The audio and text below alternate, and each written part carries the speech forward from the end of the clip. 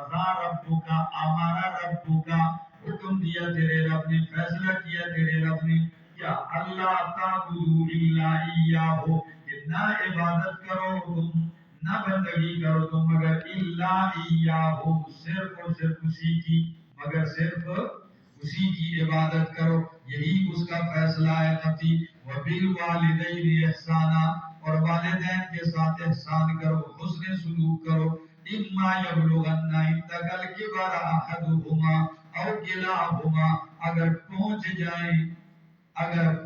جائیں عندک تیرے پاس، تیرے سامنے، وہ الکبر بڑھاپے کو، احدہما ان میں سے کوئی ایک، او کلاہما یا وہ دونوں، فلا تقل لہما اف، پس نہ کہ ان دونوں سے اف بھی، ولا تنہرہما، اور نہ جھڑک ان کو، وقل لہما قولا کریما، اور کہہ ان دونوں سے قولا کریما، بات ادب کی، واخفض لہما جناح الذل، اور جھکائے رکھ ان کے لیے جناح الذل، بازو عاجزی سے، جس سے بازو عاجزی سے، من الرحمت مہربانی کی وجہ سے، وقل اور کہہ رب ارحمہما، اے ہمارے رب، اے میرے رب، ارحمہما ان پہ رحم کر، کما ربیانی صغیرا، جس طرح کہ انہوں نے پرورش کی ہے میری صغیرا، بچپن میں۔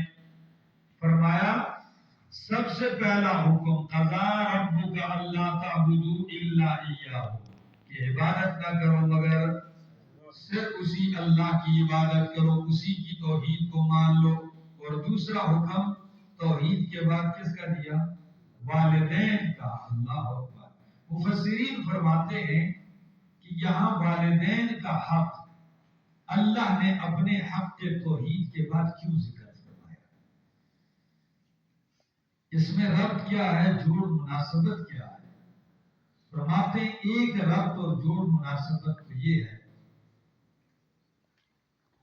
کہ اللہ رب العزت انسان کی تخلیق کا سبب حقیقی ہے۔ کیا ہے؟ آپ وجود میں آئے ہیں دنیا میں تو آپ کو کون پیدا کرنے والا ہے؟ تو اللہ حقیقی خالق اور مالک ہے۔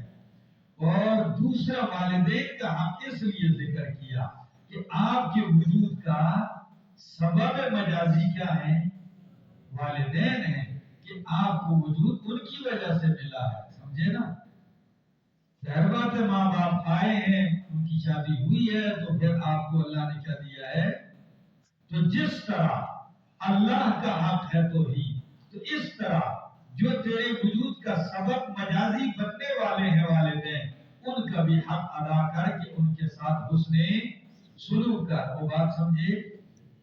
ہاں۔ فرمایا وقت، کتنا قرآن کریم والدین کے حقوق بیان کرتا ہے، اور کتنے عجیب الفاظ کے ساتھ کہ والدین کے ساتھ احسان کرو۔ دیکھو طلباء کرام، اگر ساری زندگی انسان والدین کی خدمت کرتا رہے نا ان کی موت تک، تو والدین کے حق کا بدلہ نہیں دے سکتا برابر۔ کیا؟ برابر کا بدلہ نہیں دے سکتا۔ اور حکم کس کا ہے؟ احسان کا ہے۔ تو احسان کیسے کر سکے گا؟ اشارہ یہ دیا ہے کہ تجھے حکم احسان کا ہے اور تو بدلہ ان کی برابری کا بھی نہیں دے سکتا۔ تو یہ بات ذہن سے نکال دے کہ میں نے والدین پر یہ احسان کیا، یہ کیا ہے، اور ان پر جتلانے لگ جائے اور ان کو جھڑکنے لگ جائے اور ان کو ڈانٹنے لگ جائے۔ بدبختی کی انتہا ہے جس دور میں ہم رہ رہے ہیں، ایسے بھی بدبخت ماں باپ کو مارتے ہیں، ان پہ ہاتھ اٹھاتے ہیں۔ تو قرآن کریم کیا الفاظ استعمال کرتا ہے کہ والدین کے ساتھ احسان کر، خاص کر کب؟ جب بوڑھے ہو جائیں۔ احسان جوان بھی ہو تب بھی کرو، لیکن جب عموماً والدین جوان ہوتے ہیں تو وہ کیا کہتے ہیں کہ بھائی ہم کیا ہیں، جاؤ بھائی اپنا کام کرو، میں خود ابھی جوان کر سکتا ہوں۔ لیکن جب خاص طور پر وہ بوڑھے ہو کر آپ کے ہاتھ دیکھنے لگ جائیں، آپ کے سہارے کے محتاج ہو جائیں، تو اس وقت ان کو کبھی نہ جھڑکیں۔ اور خاص کر جب بوڑھے ہو جائیں اور ان کی عادت بھی بچوں والی ہو جائے، کیا ہو جائے؟